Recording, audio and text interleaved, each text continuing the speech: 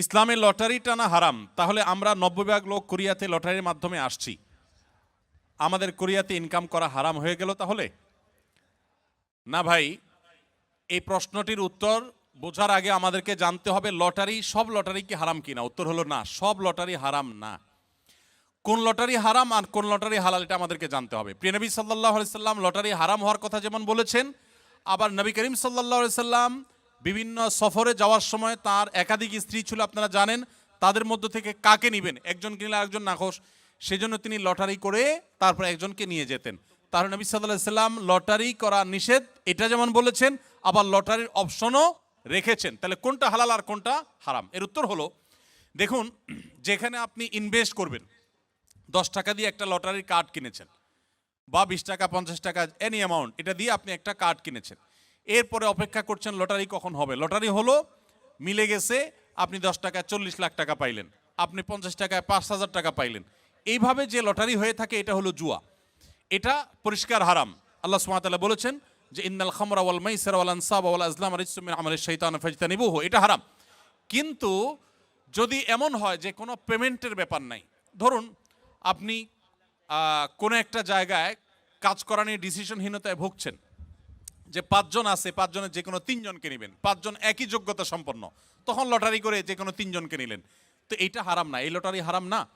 আমরা অনেক সময় দেখা যায় প্রশ্ন করবার জন্য এক একজনকে এক একটা প্রশ্ন করব, কিন্তু কাকে কোনটা করব, কে বলবে আমারটা সহজ আমারটা কঠিন হয়ে গেছে, সেজন্য লটারি করে আমরা প্রশ্ন তুলি, যার যেটা ভাগে আসে তাকে সেটা আমরা করি। তো এই লটারি হারাম না।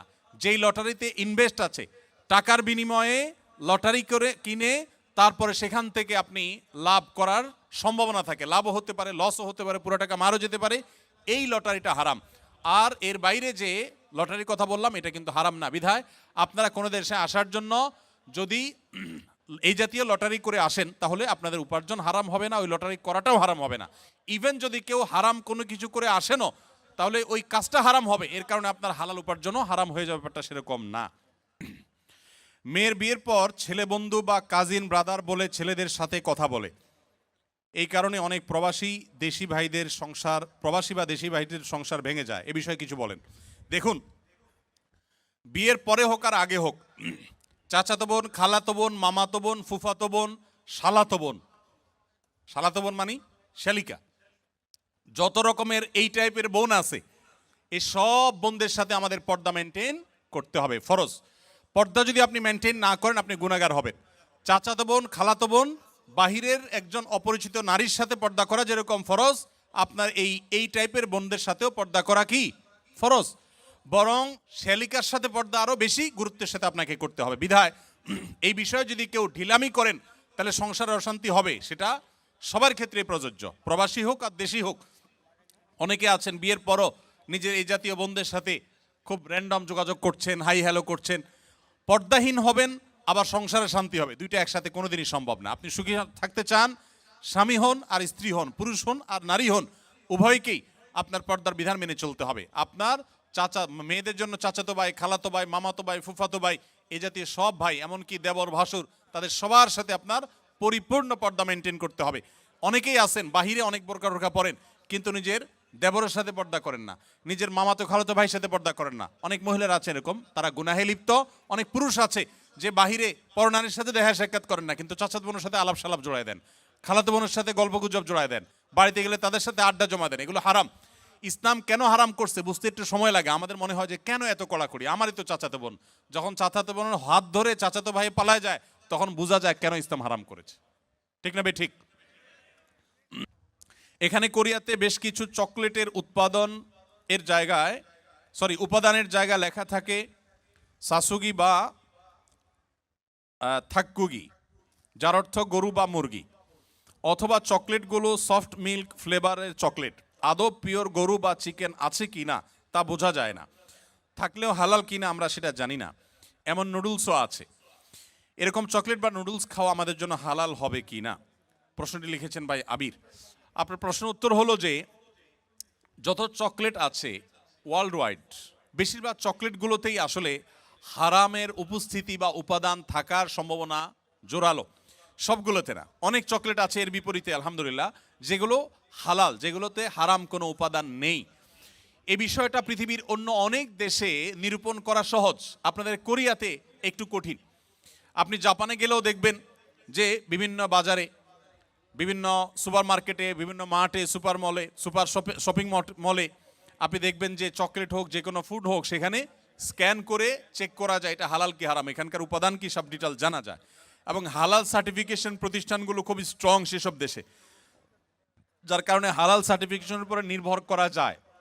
আপনাদের এখানে এখনো সেটা হয় নাই, তবে আলহামদুলিল্লাহ যেভাবে দিন দিন আমাদের প্রবাসী বাংলাদেশি ভাইরা বাড়ছেন, পাকিস্তানি, আরাবিয়ান, অন্যান্য দেশি ভাইরাও দিন দিন আসছেন, আশা করা যায় অচিরেই ইনশাআল্লাহ কোরিয়াতেও হালাল সার্টিফিকেশনের অথরিটি এরকম গড়ে উঠবে, তখন আপনাদের জন্য সহজ হবে। আপাতত যারা এখানে আছেন আমি তাদেরকে বলবো, আপনি এটার উপাদানের মধ্যে সন্দেহপূর্ণ কোনো কিছু থাকলে সেটাকে অ্যাভয়েড করবেন। মনে রাখবেন, সন্দেহপূর্ণ বিষয়কে অ্যাভয়েড করাটা খুবই জরুরি একটা বিষয়। যেটা আপনি নিশ্চিত হালাল জানবেন শুধু সেটাই গ্রহণ করবেন, আর যেটাকে সন্দেহ মনে হবে সেটা আপনি অ্যাভয়েড করে চলবেন। চকলেট না খেলে কি আমরা মারা যাব ভাই? কি বলেন, চকলেট না খেলে কি খুব বেশি অসুবিধা হবে আমাদের? অতএব আমরা যথাসম্ভব সন্দেহপূর্ণ খাবার অ্যাভয়েড করে চলবো, তাহলে ইনশাআল্লাহ হারাম থেকে বেঁচে থাকা সহজ হবে। দক্ষিণ কোরিয়াতে মদ পান করা অনেকটা পানি পান করার মতো সহজ। আমরা অনেকেই এখানে শুকরের মাংস থেকে ঠিকই বেঁচে থাকলেও মদ অনেক সহজেই তেমনটা গুরুত্ব না দিয়েই খেয়ে থাকি। এত কষ্ট করে হালাল উপার্জন করেও মদ পানের মাধ্যমে আমরা নিজেদের উপার্জন ধ্বংস করছি এবং আখিরাতকে কতটা ক্ষতি করলাম। দেখুন, মাদক, যে কোনো মাদক, এটা সেবন করাকে ইসলাম হারাম করেছে। শুধু ইসলাম হারাম করেছে এই জন্যই আমরা খাবো না তা নয়, সেটা তো বটেই। মূলত ইসলাম হারাম করেছে সেজন্য আমরা পান করব না, কিন্তু পাশাপাশি এও আমরা জেনে রাখি যে মাদক আসক্ত মানুষের শরীরের ইমিউন দুর্বল হয়ে যায়। আপনারা দেখেছেন কোভিড-19-এ তুলনামূলকভাবে মুসলমান দেশগুলোতে দেখবেন যে মানুষ অনেক কম ক্ষতিগ্রস্ত হয়েছে। আমাদের দেশের কথা যদি বলেন, বাংলাদেশে মাস্ক 2 নম্বর না 3 নম্বর না 4 নম্বর আল্লাহ জানে, এ হলো সব 2 নম্বর জিনিসপত্র। কিন্তু আলহামদুলিল্লাহ কোভিড-19-এ মানুষ আমাদের পার্শ্ববর্তী দেশ ভারতে যেভাবে মারা গেছে, দিল্লিতে যেভাবে লাশের স্তূপ পড়েছে, ঢাকায় সে তুলনায় কিছুই হয় নাই। সৌদি আরব সহ মুসলিম দেশগুলোতে এমন ক্ষতি হয় নাই, অথচ অমুসলিম প্রধান দেশগুলোতে অনেক বেশি ক্ষতি হয়েছে। এর অন্যতম বড় কারণ হলো মুসলিম প্রধান দেশগুলোতে মানুষ সাধারণত মাদক গ্রহণ করে না। মাদক গ্রহণ করতে করতে মানুষের লাং ক্ষতিগ্রস্ত হয়, বিভিন্ন অর্গান ক্ষতিগ্রস্ত হয়, মানুষ ধ্বংসের দিকে চলে যায়। তো আমরা, আল্লাহ তাআলা মাফ করুক, যাদেরকে আল্লাহ তাআলা তৌফিক দিয়েছেন হালাল উপার্জন করার, বিদেশে আসার, তারা এখানকার মাদকের ছড়াছড়ি দেখে যদি এখান থেকে মাদক সেবন করেন, গ্রহণ করেন, তো মনে রাখবেন দুনিয়া উপার্জন করছেন ঠিকই, আপনার আখিরাত ধ্বংস করছেন। মাদক সেবন করা হারাম, কঠোর হারাম। আল্লাহ তাআলা বলেছেন, ইন্নামাল খামরু ওয়াল মাইসিরু ওয়াল আনসাবু ওয়াল আজলামু রিজসুম মিন আমালিশ শাইতানি ফাজতানিবু। মদ, জুয়া, এই সবগুলো শয়তানি কর্মকাণ্ড, অতএব এগুলো থেকে তোমরা বিরত থাকো। এই মাদক আসক্ত হয়ে মানুষ অনেক অন্যায় কাজ করে, অনেক হারামের দিকে চলে যায়। নবী সাল্লাল্লাহু আলাইহি ওয়াসাল্লাম বলেছেন, দুনিয়াতে যে হারাম মদ পান করবে, আখিরাতের যে ড্রিঙ্কস থাকবে জান্নাতের, সেটা আল্লাহ তাআলা ওই ব্যক্তিকে পান করতে দিবেন না, সে জান্নাত থেকে মাহরুম থাকবে। এই জন্য এই লোভকে আমাদের সামলানোর চেষ্টা করতে হবে।